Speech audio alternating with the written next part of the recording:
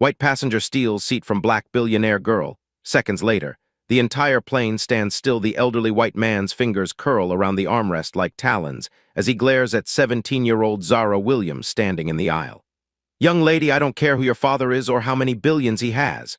That's my seat, and I'm not moving." His voice carries through the first-class cabin, causing heads to turn and conversations to halt mid-sentence. Zara's boarding pass trembles in her hand, the seat number, 3A, clearly visible to anyone who cares to look. But no one does. They only see what they expect to see, an entitled teenager causing trouble for a respectable older gentleman. "Sir, I have my boarding pass right here," Zara says, her voice steady despite the heat rising to her cheeks. "This is my assigned seat." The flight attendant hovers nearby, her professional smile strained at the edges as the confrontation threatens to delay departure. The white-haired man doesn't budge, doesn't even glance at the boarding pass Zara holds out. Instead, he turns to the window, dismissing her entirely. "I've been flying this route for 30 years, young lady. I always sit by the window. Always." His tone leaves no room for discussion, as though his preferences outweigh airline policy, as though his comfort matters more than hers. And that's when it happens. When Zara's father, Marshall Williams, steps onto the plane, his imposing 6'4" frame filling the narrow aisle, his custom Italian suit immaculate despite the August heat. The cabin falls silent. Every passenger, every flight attendant, even the pilot emerging from the cockpit, they all freeze, standing perfectly still as they recognize one of the wealthiest men in America. But to understand how we got here, how a simple mix-up over airplane seats escalated into a moment that would change lives forever, we need to go back to earlier that morning, when the day still held promise, before assumptions and prejudice threatened to tear apart more than just a flight schedule. Dawn breaks over Chicago's lakefront as Zara Williams watches the orange glow of sunrise from her penthouse bedroom window. Today marks a turning point, her first solo business trip to New York to present her tech startup idea to potential investors. At 17, most girls her age are worried about college applications and prom dates. Zara worries about equity shares and market penetration. Being the daughter of Marshall Williams, tech visionary and self-made billionaire, comes with expectations that stretch to the stratosphere and beyond. Her phone buzzes with her father's distinctive tone. "Ready for your big day, Zara Bear?" His deep voice, usually commanding boardrooms and TED Talk stages, softens when he speaks to her. "Almost packed, Dad, just going over my presentation one more time." She tucks a braided strand of hair behind her ear, her eyes never leaving the cityscape. "You sure you need to come along? I can handle this myself." Marshall's laugh rumbles through the phone. "The meeting with Grayson Capital was already on my calendar. Pure coincidence we're on the same flight. Besides, watching my daughter outshine every Harvard MBA in the room, wouldn't miss it." What Marshall doesn't say, what he never says, is that he worries. Every time Zara walks into a room full of middle-aged white executives, he worries. Every time she has to work twice as hard to be taken half as seriously, he worries. Every time someone looks at her dark skin and makes assumptions about how she got her opportunities, he worries. So he makes calls, arranges coincidences, creates invisible safety nets his fiercely independent daughter would reject if she knew they existed. "Flight leaves at 9:40, cars coming at 7:30, he says instead. "Love you, Zara Bear. Love you too, Dad." Across town, in a modest two-bedroom apartment that has seen better days, 72-year-old Edward Parnell awakens to the sound of his ancient alarm clock. His arthritic fingers fumble to silence the persistent buzzing as he squints at the red digital numbers. 5:45 a.m. The early hour is necessary today. His flight to New York leaves at 9:40, and Edward has learned through decades of traveling that extra time means less stress. He moves methodically around the apartment, packing his single carry-on with the efficiency of someone who has lived long enough to know exactly what he needs. His gaze lingers on the framed photo beside his bed, a younger version of himself with his arm around a smiling woman with kind eyes and salt and pepper hair. "Big day today, Margaret," he murmurs to the empty room. "Wish you were coming with me." 5 years since cancer took her, and still he talks to her each morning. Still expects, in that first foggy moment between sleep and wakefulness, to feel her warmth beside him. Edward checks his boarding pass one final time before tucking it into his jacket pocket. First class, an extravagance he would normally avoid, but this trip to New York isn't ordinary. Nothing about today is ordinary. His doctor's words echo in his mind. 6 months, maybe less. Make them count, Edward. So he splurged on the first-class ticket, using a chunk of his retirement savings. If you can't spend it when you're dying, when can you? The taxi arrives 15 minutes early, just as Edward is double-checking that all the lights are off, and the thermostat is set to away mode. The driver, a young man with wireless earbuds and an impatient tap to his fingers on the steering wheel, barely waits for Edward to settle in the backseat before pulling away from the curb. "O'Hare, right?" the driver confirms, eyes flicking to the rearview mirror. "Yes, Terminal 1, Edward replies, clutching his carry-on to his chest. He's flown from Chicago to New York countless times during his 40-year career as an architectural engineer, but never with stakes this high. Never with the clock ticking so loudly in his ears. As the taxi navigates morning traffic, Edward mentally rehearses what he'll say when he arrives in New York. The words need to be perfect, an apology decades overdue, a truth long buried, a chance at redemption before his time runs out. Back at the Williams penthouse, Zara stands before her closet, deliberating. The navy blue suit projects confidence and professionalism. The burgundy dress with structured blazer makes a statement without trying too hard. She opts for the latter, pairing it with simple gold earrings, her mother's from before the divorce. Before Diana Williams decided that being married to ambition made for a lonely life and moved to Paris with a photographer 10 years her junior. Zara doesn't blame her mother. Not anymore. Growing up with Marshall Williams as a father means understanding early that love sometimes takes a backseat to vision. That greatness demands sacrifice. That the world doesn't hand people who look like them anything. They have to take it, earn it, prove they deserve it every single day. Her phone buzzes again, this time a news alert. She swipes it open to see her father's face staring back at her from the screen. Tech titan Marshall Williams set to announce revolutionary partnership. The article speculates about Marshall's New York trip, throwing out guesses about potential collaborations and acquisitions. None mention Zara's startup pitch.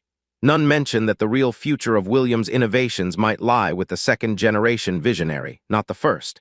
She's used to being invisible in her father's shadow. Today, she plans to step into her own light.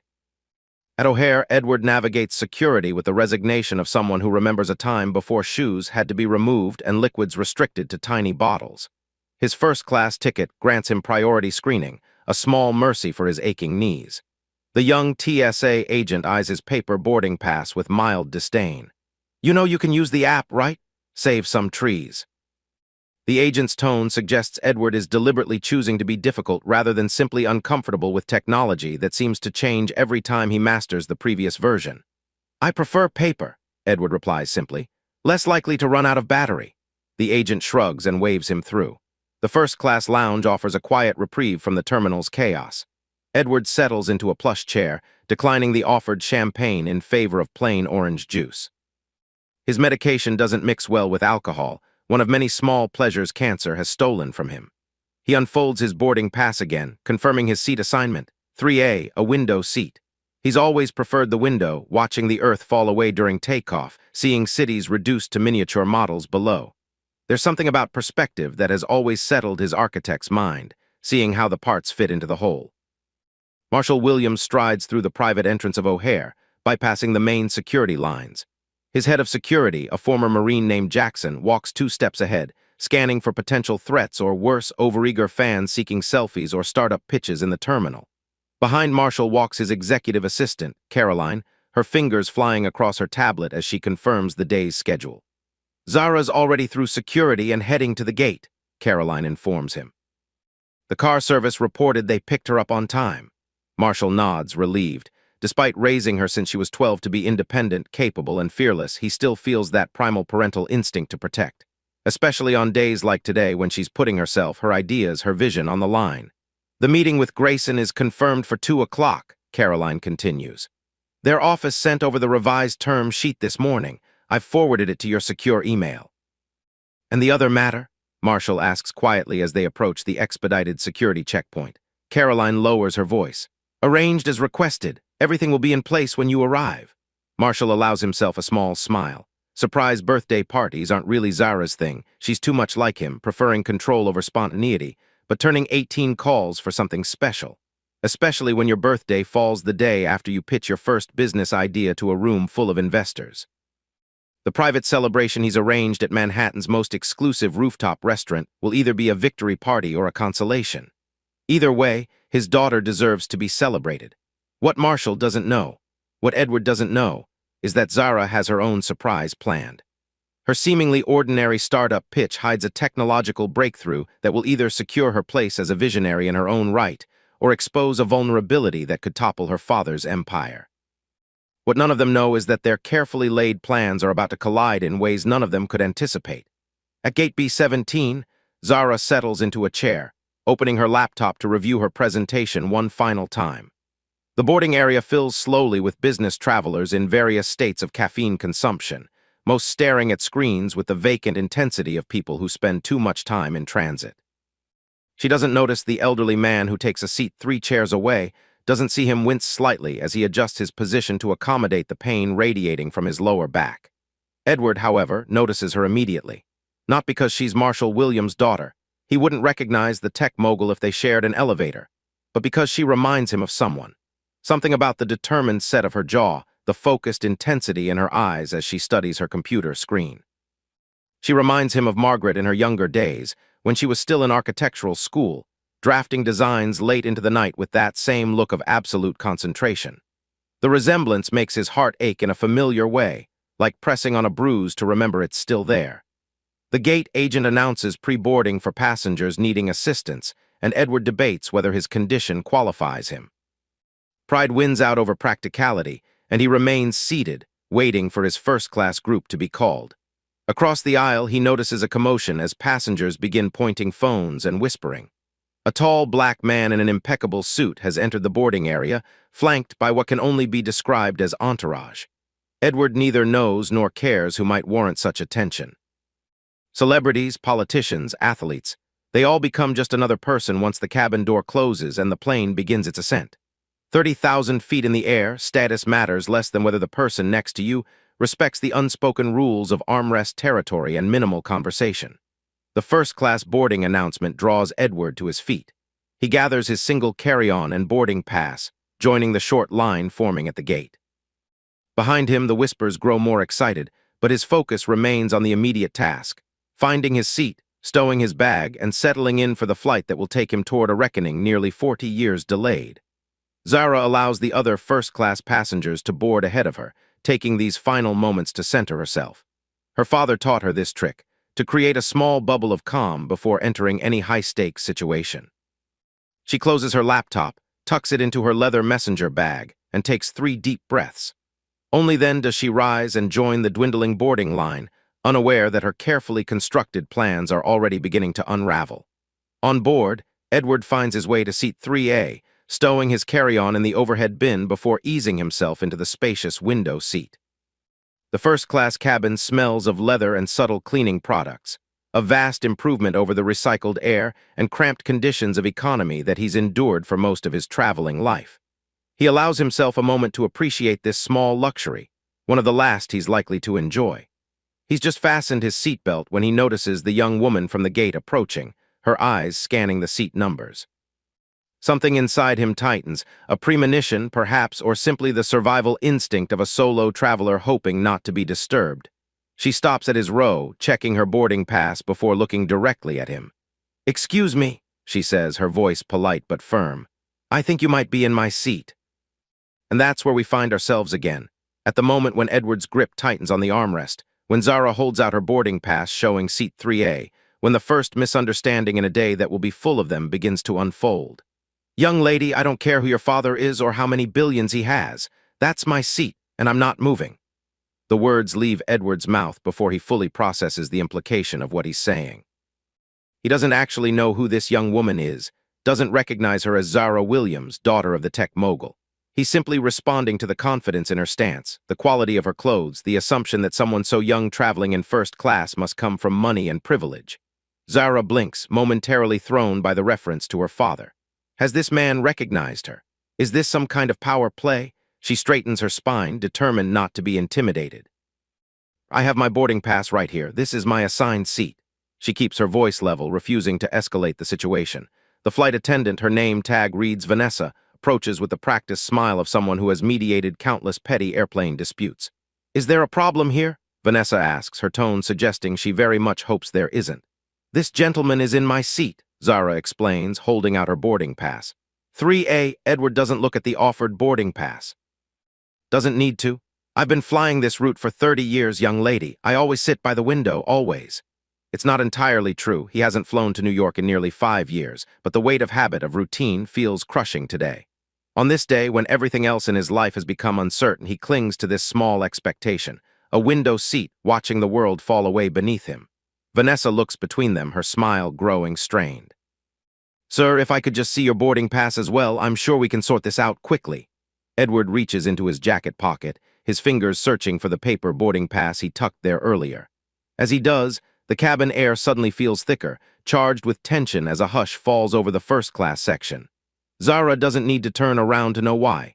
She feels her father's presence like a shift in atmospheric pressure. Marshal Williams stands in the aisle, his height making the aircraft cabin seem smaller than it is. His gaze takes in the tableau before him, his daughter, the elderly white man, the flight attendant caught between them. "Everything all right here, Zara?" His voice is quiet, but it carries. It always does. And that's when it happens. When every passenger, every flight attendant, even the pilot emerging from the cockpit to welcome a high-profile customer aboard, they all freeze, standing perfectly still as recognition dawns. Not just any wealthy businessman, but Marshal Williams. The Marshal Williams, whose technology likely powers the phones in their pockets and the systems running the very plane they're boarding. Edward, still searching for his boarding pass, remains oblivious to the identity of the man now standing beside Zara. He finally extracts the crumpled paper from his pocket and squints at it. 3C, he reads aloud, then frowns. That can't be right. I specifically requested a window seat. Vanessa gently takes the boarding pass from him, confirming the seat assignment. Sir, you're actually assigned to 3C, which is the aisle seat in this row. The realization hits Edward like a physical blow. Such a small mistake, misreading a letter on his boarding pass, and yet it feels monumental. Another reminder of his failing eyesight, his declining faculties, the body betraying him piece by piece.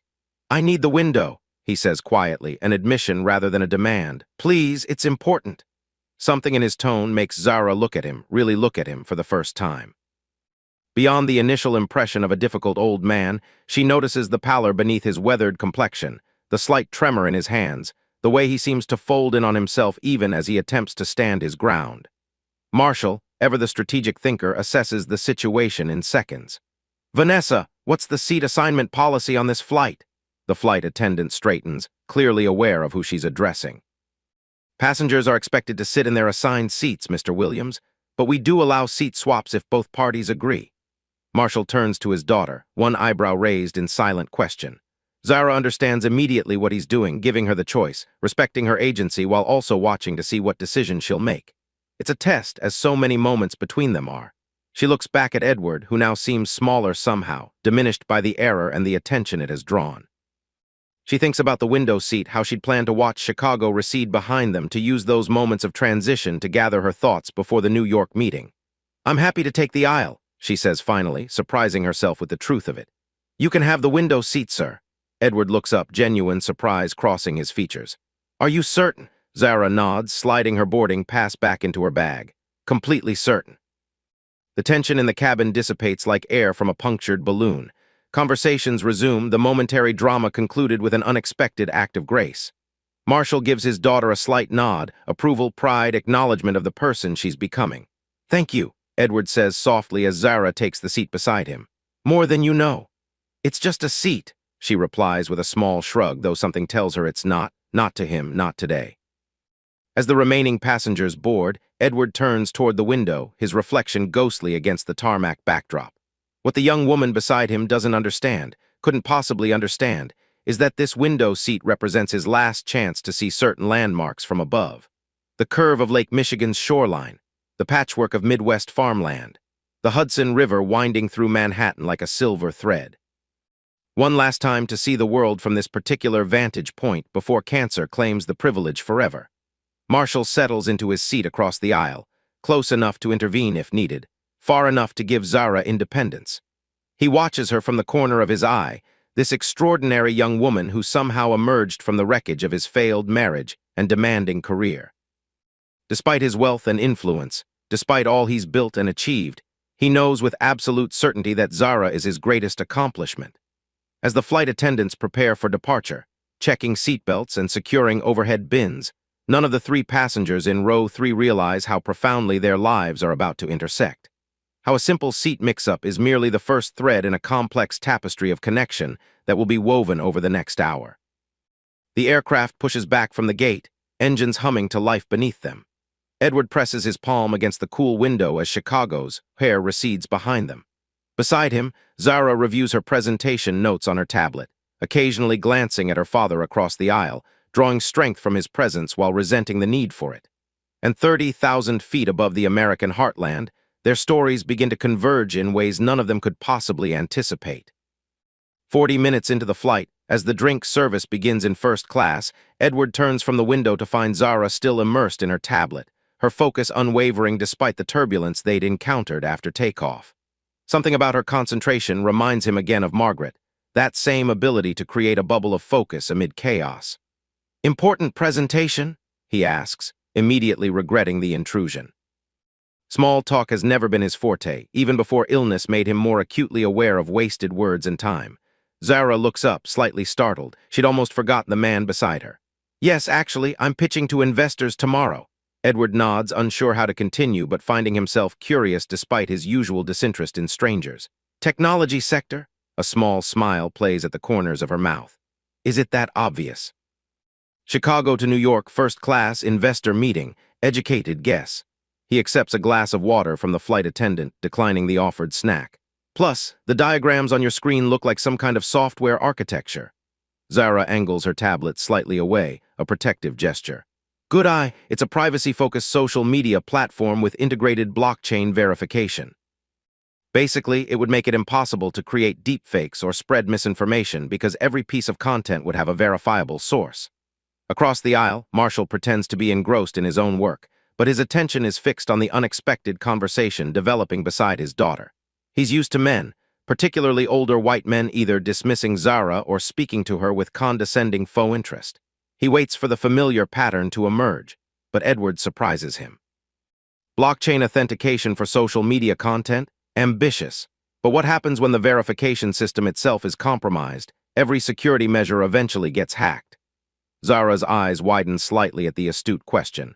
"That's where the distributed architecture comes in. There's no central point of failure. The verification is peer-to-peer with redundant systems that—" She stops herself, suddenly wary. "Actually, I probably shouldn't discuss the details before the patent filing is complete." Edward raises his hands in a gesture of surrender. "No intention of stealing your idea, young lady. I can barely program my microwave, let alone understand blockchain technology." His chuckle turns into a wince as pain flares in his side, a familiar companion these days. Zara notices but doesn't comment, respecting whatever private battle the older man is fighting. Instead, she extends her hand formally. "I'm Zara Williams. Edward Parnell." He shakes her hand, his grip firmer than his frail appearance would suggest. "Architectural engineer, retired now." At the mention of his name, Marshall's attention sharpens. He sets down his tablet, a furrow forming between his brows as he processes this seemingly impossible coincidence. Edward Parnell, after all these years, after all the searching and dead ends. How many times had he hired investigators to find this man? How many resources had he devoted to tracking down the architect whose signature appeared on those original blueprints? And now, by some cosmic joke or grand design, Edward Parnell sits next to his daughter on a flight to New York, making small talk about blockchain technology as if the weight of their connected past isn't pressing down on them with every passing second. Marshall forces himself to remain seated, to think strategically rather than react emotionally. Confronting Edward here now would accomplish nothing. Better to wait, to observe, to understand why after decades of obscurity, Edward Parnell has suddenly emerged, and on this particular day, on this particular flight. Unaware of the thunderstorm brewing in Marshall's mind, Zara continues her conversation with Edward. "An architect? What kind of projects did you work on?" "Commercial mainly. Office buildings, research facilities, some specialized manufacturing plants."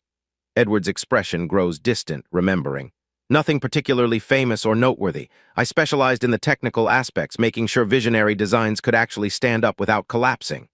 "The unsung hero behind the scenes," Zara observes. Edward smiles faintly. "Something like that, though sometimes being unsung is preferable to being remembered for the wrong reasons."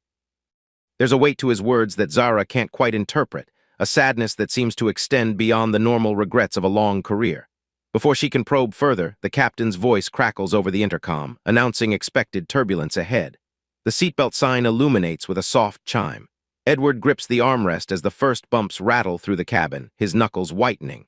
Zara notices his distress and, without thinking, places her hand over his. Not a fan of turbulence. She asks gently. Not a fan of not being in control, he admits, embarrassed by his obvious discomfort. Ironic for someone who spent his life ensuring structural stability. My father says the same thing. Zara glances across the aisle, but Marshall appears absorbed in a phone call, his voice too low to overhear. He hates flying commercial for that very reason, prefers his own plane where he knows the pilot, the maintenance schedule, every variable. Edward's eyebrows lift slightly. Your father must be quite successful. For a moment, Zara considers deflecting. She's learned to be cautious about revealing too much about her family to strangers. But something about Edward's genuine lack of recognition feels refreshing. Here is someone who sees her as just another young person with ideas, not as the heir to the Williams tech fortune. He does all right, she says with deliberate understatement, a private joke with herself. Started his company when he was about my age.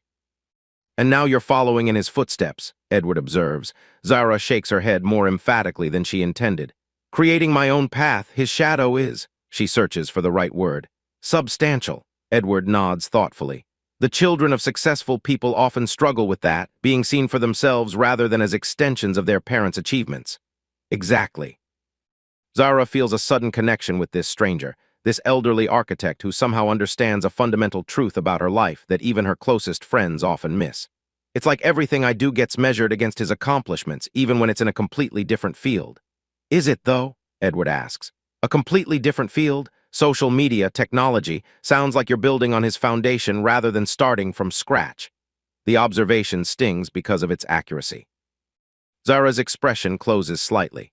My platform approaches problems he's never addressed. It's about integrity in digital spaces, not just connectivity or convenience. Edward holds her gaze, unintimidated by her sudden coolness. Every child both honors and rebels against their parents' legacy. The trick is recognizing which parts are worth preserving and which need to be reimagined. He glances out the window at the clouds below. Though I'm hardly one to give parenting advice. The turbulence intensifies, the plane dropping suddenly before stabilizing. Edward's grip on the armrest tightens again, but his breathing remains steady, measured. Zara finds herself admiring his composure in the face of obvious fear. Do you have children, Mr. Parnell? She asks when the rough air subsides. A shadow crosses his face, grief or regret, Zara can't tell which. A daughter, but we haven't spoken in many years. I'm sorry. Zara means it, though she can't imagine what could create such a permanent rift between parent and child. Despite her complicated relationship with her father, despite his absences and impossibly high standards, she can't envision a scenario where they would stop speaking entirely.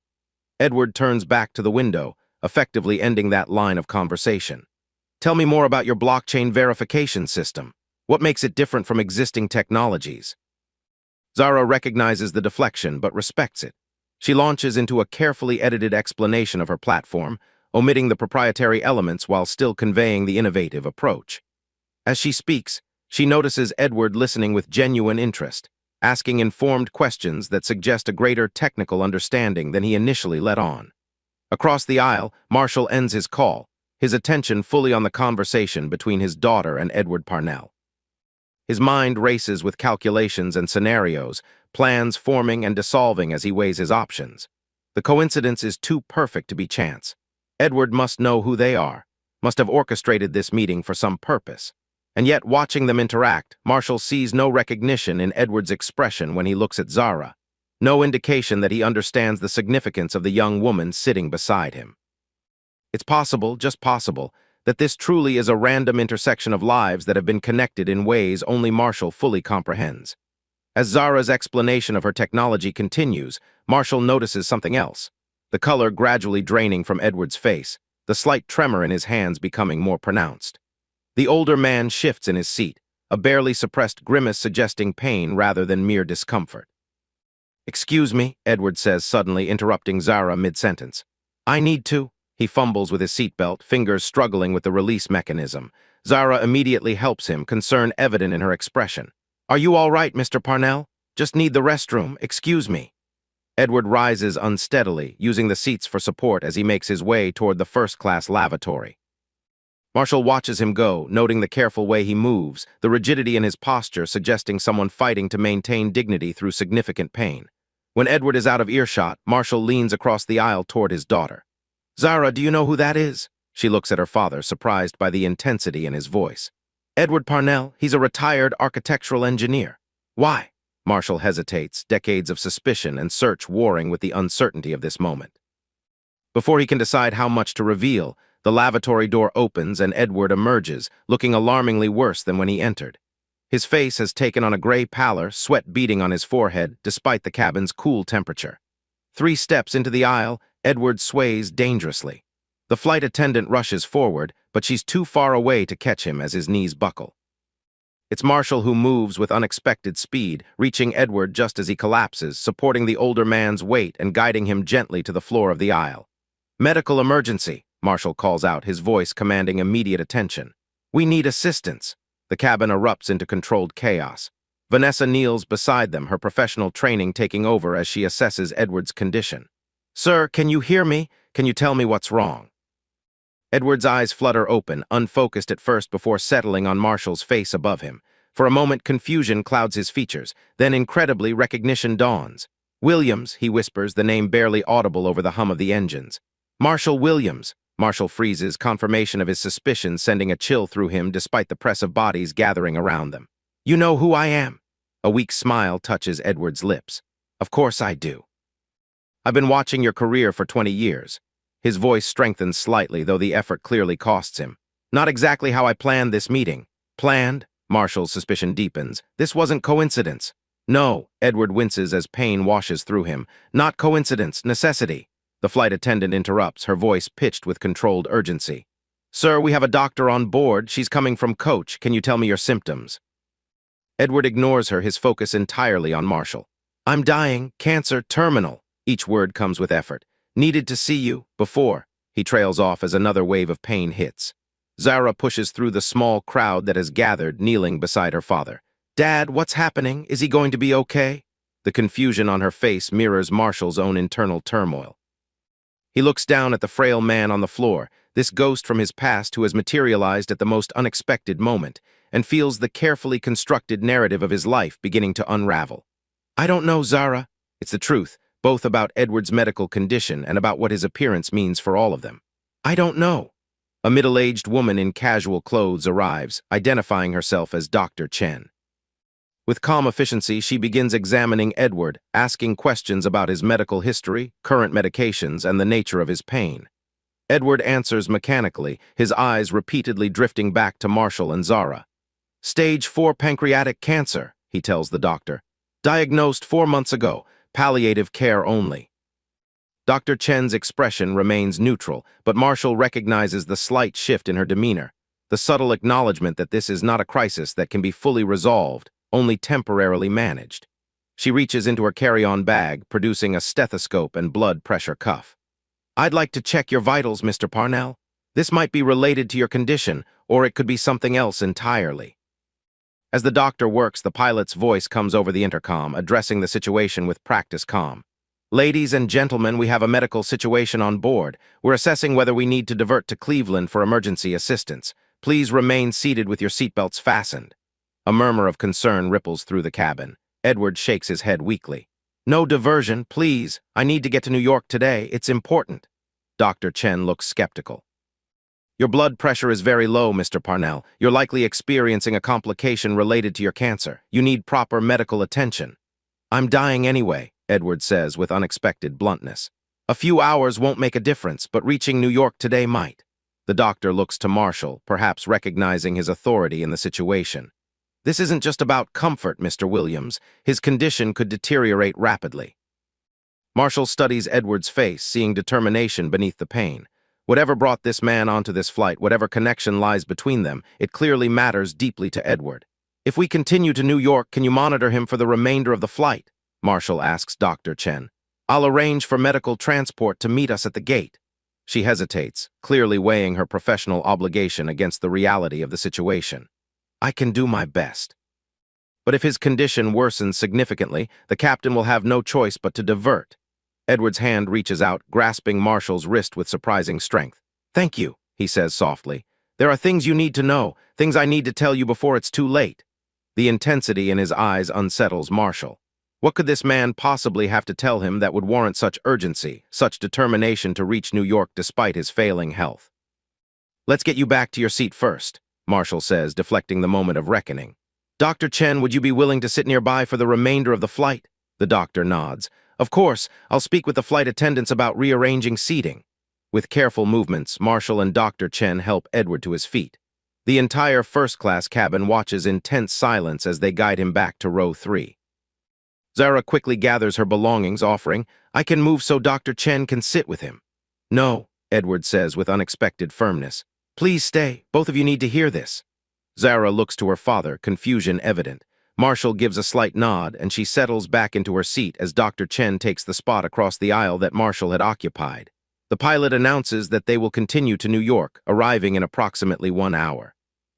The tension in the cabin gradually dissipates as passengers return to their devices and conversations. The drama apparently concluded for now. But in row 3, the real story is just beginning to unfold. Edward leans his head back against the seat, gathering strength for what comes next. Marshall studies him with barely concealed impatience, decades of questions pressing against the dam of his composure. "You said this wasn't coincidence," Marshall begins quietly, mindful of nearby passengers. "Explain." Edward turns slightly toward them, his voice low but clear. "I've been following your career since you founded Williams Innovations, watched you build it from nothing into one of the most powerful technology companies in the world. That doesn't explain why you're here on this specific flight, sitting next to my daughter." Edward's gaze shifts to Zara, a complex emotion crossing his features. "I didn't know she would be here. That truly was coincidence. I knew you were traveling to New York today. It was in the business news. I booked this flight hoping for a chance to speak with you." "About what?" Marshall's patience is wearing thin. "About Glenwood Research Facility." Edward watches Marshall's reaction carefully. "About what happened there 27 years ago." The color drains from Marshall's face, a reaction so unexpected that Zara immediately sits up straighter, her attention sharp and focused. She's never seen her father rattled, not during company crises, not during the divorce, not even when his most ambitious projects failed. "Dad," she questions, "what's Glenwood Research Facility?" Marshall ignores her, his eyes locked on Edward's. "How do you know about Glenwood?" "I designed it." Edward's simple statement lands like a physical blow. Every detail, every specification, including the sections that didn't appear on the official blueprints. Zara looks between them, sensing the shifting currents of a conversation whose depths she cannot fathom. "What are you talking about, Dad?" Marshall remains silent, processing the implications of Edward's presence, his knowledge, his apparent desire for. "What? Confession? Absolution? Revenge? Your father knows exactly what I'm talking about," Edward continues, his eyes never leaving Marshall's face. "The question is whether he's ready to acknowledge the truth after burying it for nearly 3 decades. Marshall leans forward, his voice dropping to a near whisper. "This isn't the place for this conversation. Unfortunately, Mr. Williams, places of my choosing are becoming increasingly limited." Edward gestures vaguely toward his failing body. "Cancer has a way of accelerating timelines. Whatever you think you know?" "I don't think," Edward interrupts with surprising force. "I know. I was there. I designed the facility where it happened, where she died." The silence that follows is absolute, stretching between them like a chasm. Zara feels her heart racing, though she doesn't understand why. Something about her father's expression, a vulnerability she's never witnessed before, tells her that whatever Edward Parnell is referring to, it matters. It matters deeply. "Who died?" she asks finally, breaking the silence. "Dad, what is he talking about?" Marshall closes his eyes briefly, composing himself before meeting his daughter's questioning gaze. "It's complicated, Zara, and not something I can explain here." "Complicated," Edward repeats, a bitter edge to his voice. "That's one word for it. Catastrophic might be another, or preventable, or covered up." "You don't know everything that happened," Marshall says, an edge of warning in his tone. "I know enough." Edward's voice softens slightly. "And I know you've been searching for me. Your investigators weren't as subtle as they thought. 3 times in the past decade, they've come close. I watched them circle, getting warmer each time before I disappeared again. If you knew I was looking for you, why hide? Why come forward now?" Edward gestures toward Zara. "Because of her, because she deserves to know the truth about the foundation her life is built upon." Zara feels as though she's watching a play where everyone knows the script except her. "What truth, Dad? What is he talking about?" Marshall's jaw tightens. "Edward, whatever vendetta you think you're pursuing, leave my daughter out of it." "It's not a vendetta." Edward's expression softens as he looks at Zara. "It's a reckoning, and she's already involved whether you acknowledge it or not. Her company, her future, is built on technology that began at Glenwood." Marshall's hand forms a fist on his armrest, knuckles whitening. "You don't know what you're talking about." The Neural Interface Project, Edward says, watching Marshall's reaction carefully. That's what it was called officially. A precursor to everything Williams' innovations later developed. The foundation stone of your empire. Zara's eyes widen as connections begin forming in her mind. The Neural Interface Project. She's seen those words before, in old research files she wasn't supposed to access, in archived servers she had explored during late-night coding sessions at her father's company. Dad, he's talking about the early brain-computer interface research, isn't he? The technology that eventually led to Williams' link. She refers to her father's most successful product, the neural implant that allows direct brain-to-computer communication, revolutionizing everything from medical treatment to educational systems. Marshall's silence is confirmation enough. Edward nods slowly. Your daughter has done her homework, it seems. Yes, Williams' link evolved from technology developed at Glenwood. Technology that cost a brilliant young scientist her life. That was an accident, Marshall says sharply, then immediately regrets the admission. Edward's eyes narrow. Was it? Is that what you've told yourself all these years? Dr. Chen clears her throat from across the aisle, reminding them of her presence. Mr. Parnell, I need to check your vitals again. Your stress levels aren't helping your condition. Edward waves her off. My condition is beyond help, doctor. This conversation, however, might not be. He turns back to Marshall and Zara. The accident report stated that Dr. Elena Vega died due to equipment failure during a routine test of the neural interface prototype.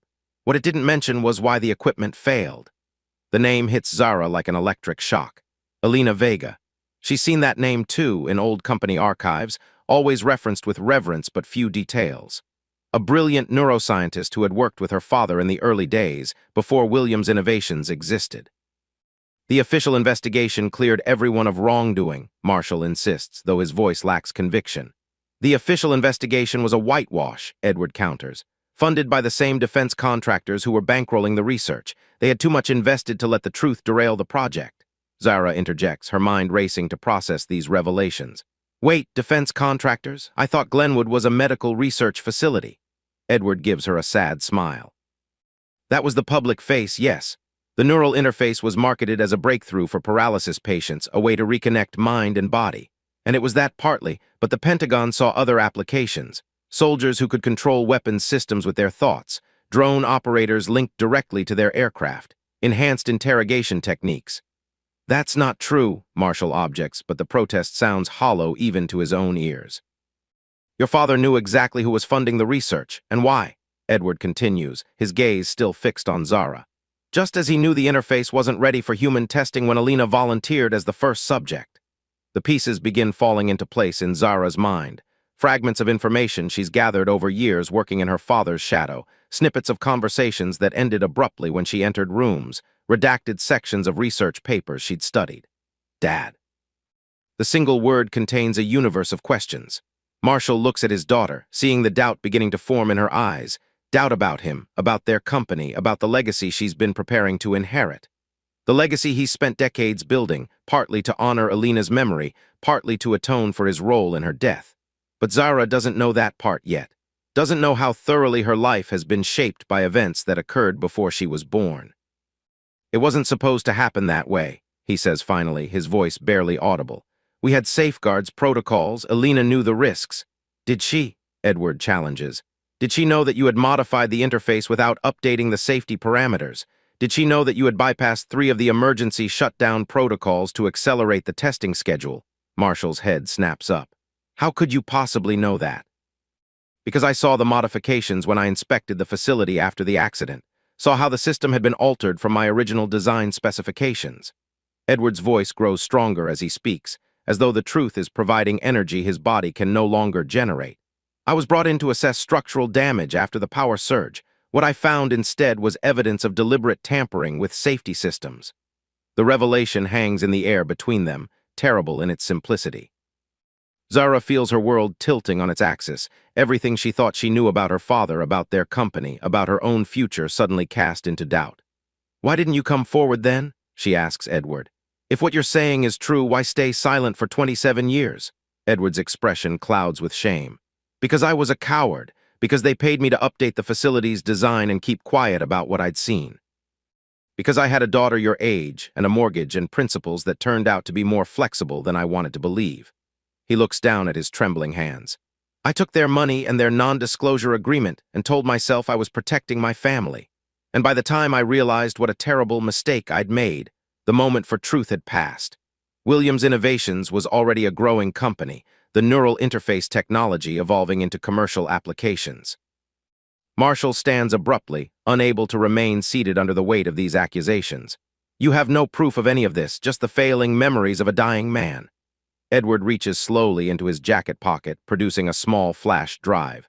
Actually, I have quite a bit of proof, design specifications, facility blueprints, my personal notes from the post-accident inspection, and copies of the original research data, the unredacted versions that show exactly how the interface was modified before Alina used it. The color drains from Marshall's face as he stares at the flash drive. Where did you get those files? They were all destroyed in the accident.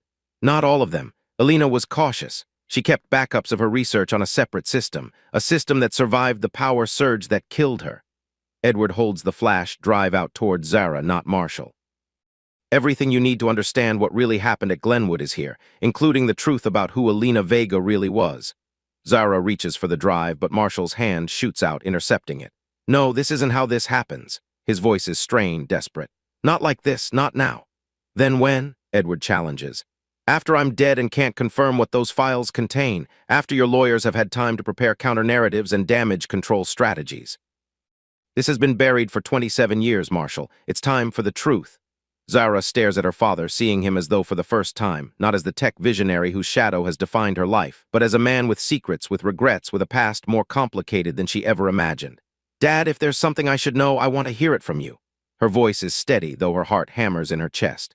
Who was Alina Vega? What really happened at Glenwood? Marshall looks from his daughter to Edward and back again, feeling the carefully constructed narrative of his life crumbling around him.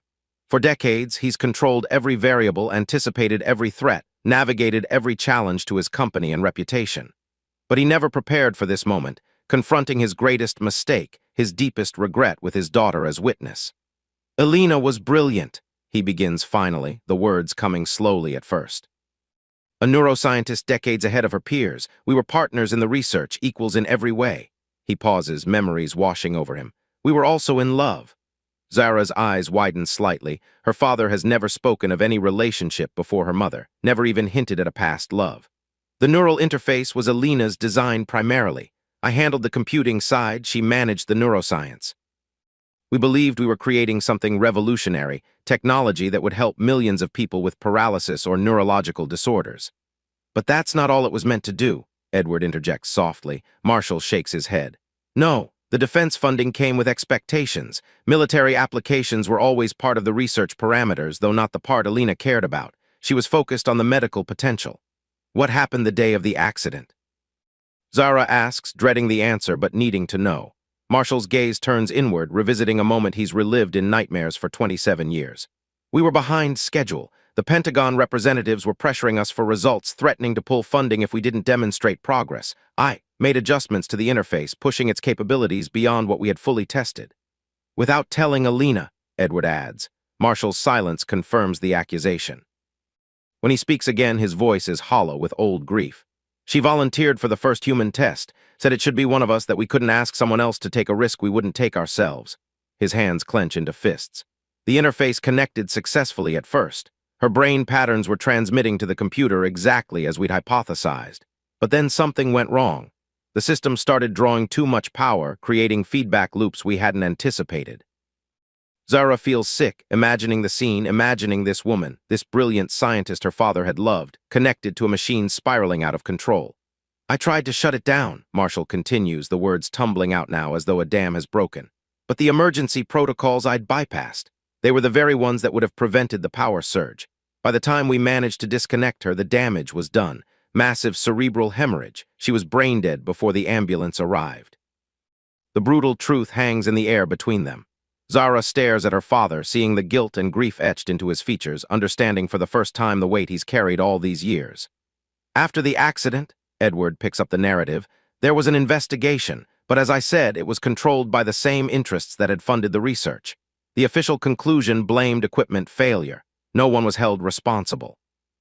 And the research continued, eventually evolving into the technology that became the foundation of Williams Innovations. Marshall's head snaps up.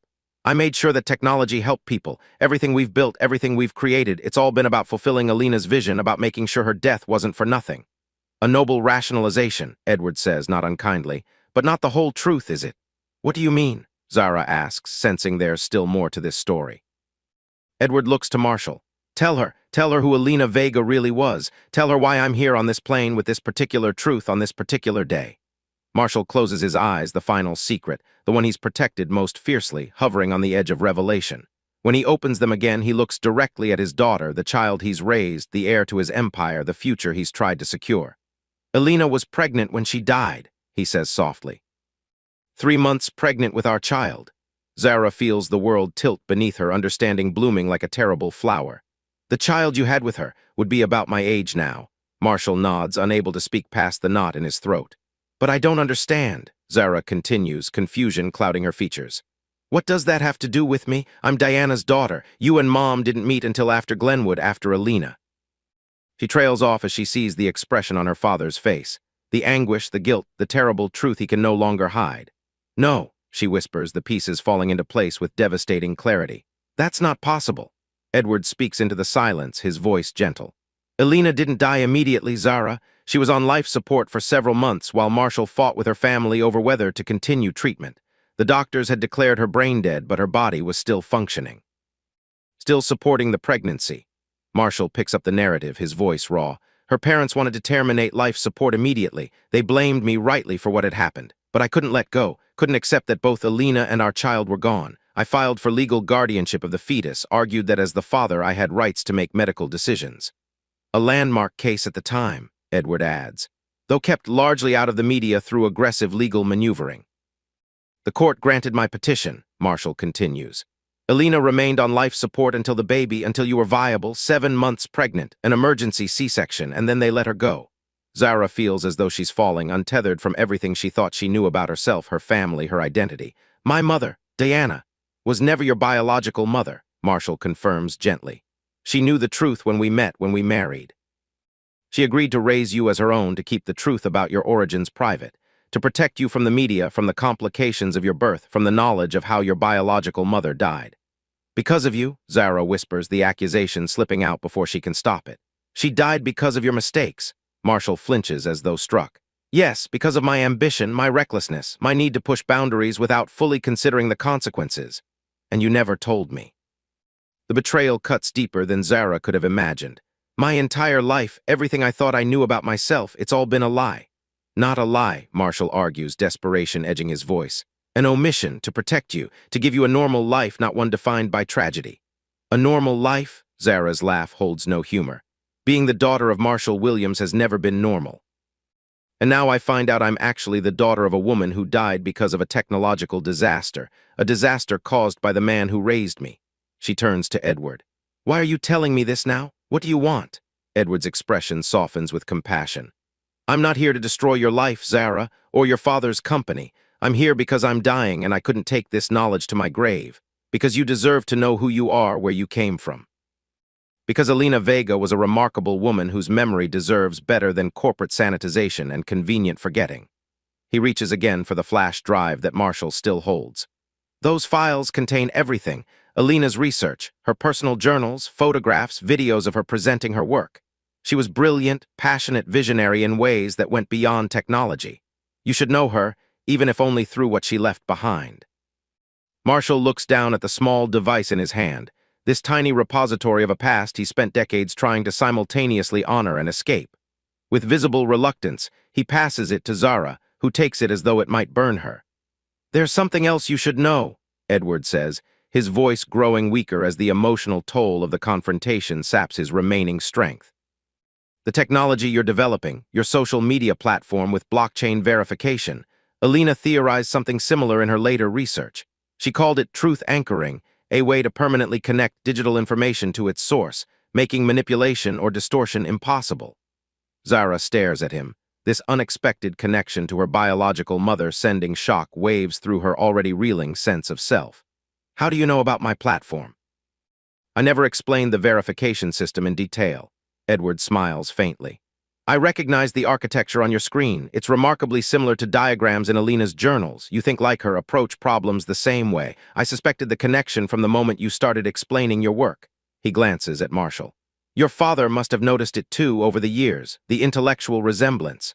Marshall nods slowly. From the time you were small, the way you approached puzzles, the questions you asked, you reminded me of her. It was like seeing her mind working again, evolving through you. Zara feels tears threatening, emotions too complex to name swirling through her, anger at the deception, grief for the mother she never knew, confusion about her own identity. And beneath it all, a strange sense of connection to this woman, this brilliant scientist whose DNA she carries, whose intellectual legacy she's apparently been advancing without even knowing it. The investors you're meeting tomorrow, Edward says carefully. Grayson Capital, yes. Did you know they're a subsidiary of Horizon Defense Systems, the same company that funded the original Glenwood research? Marshall's head snaps up. What? No, that's not possible. I vetted them thoroughly. They've changed names, restructured, buried the connections deep. But it's the same people, the same interests. Edward reaches into his pocket again, producing a small notebook. The names, the corporate structures, the evidence of the connection, it's all in here. I've spent years tracking them, understanding how they've evolved while maintaining control of key technological developments. Zara takes the notebook with numb fingers, pieces of a puzzle she didn't know existed falling into place. Is that why you were so insistent on coming to this meeting? You thought they were going to exploit my technology the same way they exploited my mother's. I feared history repeating itself, Edward admits. Another brilliant mind, another revolutionary technology, the same hidden players looking to weaponize innovation meant to help humanity.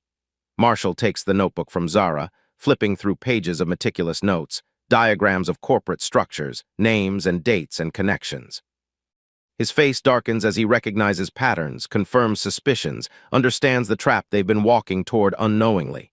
If this is accurate, he trails off, implications cascading through his mind. It is, Edward assures him. I've had nothing but time to research, to connect dots, to understand the full scope of what happened at Glenwood and how it connects to the present. The aircraft begins its descent into New York, the captain announcing their approach to LaGuardia. Edward winces as the change in altitude sends pain shooting through his head, a reminder of his failing body, of the limited time remaining to resolve this tangled history. What happens now? Zara asks, looking between her father and Edward. What am I supposed to do with all of this? Marshall closes the notebook, decision crystallizing in his mind. We cancel tomorrow's meeting with Grayson. We reevaluate your platform's development path, ensure it can't be weaponized or misused. He turns to Edward, and we tell the truth, all of it, no more secrets, no more hiding the past. Edward studies him, searching for sincerity, for conviction behind the words. After 27 years of silence, you're ready to acknowledge what happened, to take responsibility publicly? Not just acknowledge it, Marshall says, his voice strengthening with resolve. To make it right. To honor Alina's legacy properly, to ensure her contributions are recognized, to create safeguards that prevent technology from being weaponized against the very people it's meant to help. He turns to Zara, vulnerability evident in his expression. And to ask my daughter's forgiveness for keeping the truth from her, for thinking I knew better than she did about what she needed to know about herself, her origins, her mother. Zara feels tears spilling down her cheeks, emotions too complex to process in this moment, in this place, with these revelations still reverberating through her understanding of herself and her father. I don't know if I can forgive you yet, she says honestly. It's too much, I need time. Marshall nods, accepting this response as better than he deserves. Time is something I can give you, truth is something I should have given you long ago. Edward watches this exchange, seeing the painful beginnings of reconciliation, of truth-telling, of the reckoning he sought by boarding this flight. He feels a weight lifting, not forgiveness perhaps, but the relief of secrets finally exposed, of responsibilities finally acknowledged. There's medical transport waiting at LaGuardia, Marshall tells him as the plane continues its descent. The best oncologists in New York. I can't change your prognosis, but I can ensure your remaining time is comfortable, dignified on your terms. Edward considers this offer, this gesture from the man he's spent decades alternately avoiding and pursuing. Thank you, but what I want most is to see this through, to know that Alina's story will be told, that her work will be properly credited, that her daughter will understand the remarkable woman who gave her life. I promise you that, Marshall says with quiet intensity. Whatever else happens, Alina's contribution will be acknowledged. The full truth of Glenwood will be made public, and Zara will have access to everything, every file, every record, every memory of her mother that still exists. As the aircraft touches down on the runway, the three of them sit in silence, connected by revelations, by promises, by a shared past none of them fully understood until this flight brought them together. Zara looks down at the flash drive in her hand, this small repository of her mother's mind, her work, her life. For 17 years, she's defined herself as Marshall Williams' daughter, measuring herself against his achievements, struggling to emerge from his shadow.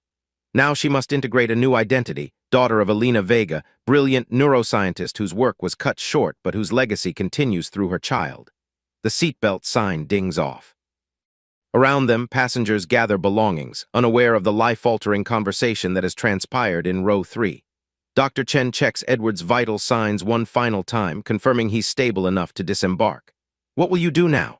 Edward asks Zara as they prepare to leave the aircraft. "With your platform, with this knowledge, with your future?" She considers the question, feeling possibilities shifting, pathways realigning. "I'll learn about her first, about Elena. Understand her work, her vision.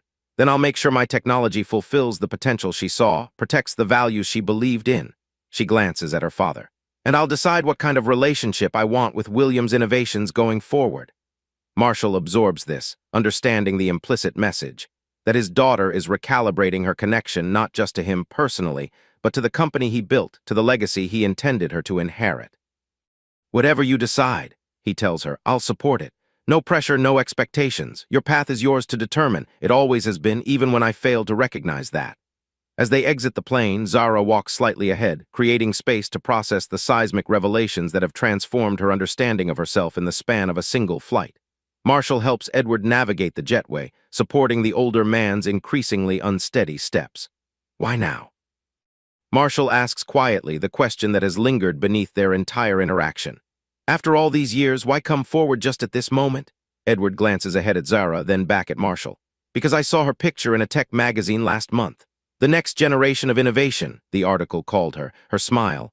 It was Elena's smile exactly. "And I knew I couldn't die with this truth unspoken. Couldn't let her walk into that meeting with Grayson without understanding who she is, what forces shaped her existence, what dangers might be waiting." They emerge into the terminal, where medical personnel already wait with a wheelchair for Edward. But before he allows them to help him, he turns to Marshall one last time. "I don't expect forgiveness from you or from her. I don't even know if I deserve it. But perhaps in telling the truth at last, I've earned the right to die with one less regret." He extends his hand, an offer of if not peace, then at least conclusion. Marshall hesitates only briefly before accepting the handshake. "We've all failed Elena in different ways. Perhaps together we can finally do right by her memory and by her daughter." As Edward is wheeled away toward waiting medical transport, Zara turns back to her father, standing in the busy terminal amid streams of travelers unaware of the personal earthquake that has just transformed their lives. "I still want to go to tomorrow's meeting," she says, surprising him. "With Grayson, after everything we've learned?" She nods, a new determination hardening her features. "Especially after what we've learned, but not to pitch my platform, to confront them, to let them know that we understand who they are, what they did, what they're still trying to do. To put them on notice that Elena Vega's daughter knows the truth and is no longer operating in the dark." Marshall studies his daughter, this remarkable young woman who has just had her entire identity upended yet stands before him with clarity and purpose that humbles him. "She would be so proud of you," he says softly. "Elena, she would see herself in you, not just your intelligence, but your courage, your conviction, your unflinching commitment to truth." Zara feels the weight of this legacy. This mother she never knew but whose DNA, whose mind, whose passion apparently flows through her own veins. For 17 years, she's tried to measure up to Marshall Williams' expectations, to prove herself worthy of his legacy. Now she has another standard to consider, another visionary whose path intersects with her own in the most fundamental way possible. "Tell me about her," she says as they begin walking toward the exit. "Not the brilliant scientist, not the research partner. Tell me about Elena Vega, the woman, the person you loved, the mother I never knew." And as they step out into the New York afternoon, Marshall begins to share the stories he's kept locked away for decades. Stories of laughter and discovery, of ambition and tenderness, of the remarkable woman whose life was cut short, but whose legacy continues in ways neither of them fully understood until today. With each step, with each memory shared, the distance between father and daughter begins to close, not erasing the betrayal or the pain, but creating space for a new relationship built on truth rather than comfortable fictions. Behind them, Edward Parnell watches from the ambulance window as they walk away, father and daughter, their silhouettes backlit by the afternoon sun. He feels a sense of completion, of circles closing. Not redemption. He's wise enough to know that some mistakes can never be fully redeemed. But perhaps something equally valuable. The knowledge that truth, however delayed, however painful, still has the power to heal, to transform, to create possibilities where only secrets existed before. As the ambulance doors close and he's carried away toward whatever time remains for him, Edward closes his eyes, picturing Alina as she was before the accident. Brilliant, determined, full of vision for a future she wouldn't live to see, but which her daughter might now help create. It's not the ending he imagined when he boarded the flight this morning, but perhaps it's the one that was always meant to be. 3 lives connected by tragedy, by technology, by truths too long buried, finding, if not peace, then at least the possibility of moving forward in light rather than shadow. And in the end, perhaps that possibility is the most anyone can ask for, the chance to know the truth, to face it squarely, and to decide what to build upon its foundation. If you enjoyed this video, please hit the subscribe button and join our community. Where are you watching from? Let us know in the comments below. And if this story resonated with you, please share your thoughts. Every comment helps our channel grow. Subscribe now to never miss a powerful story that makes you think.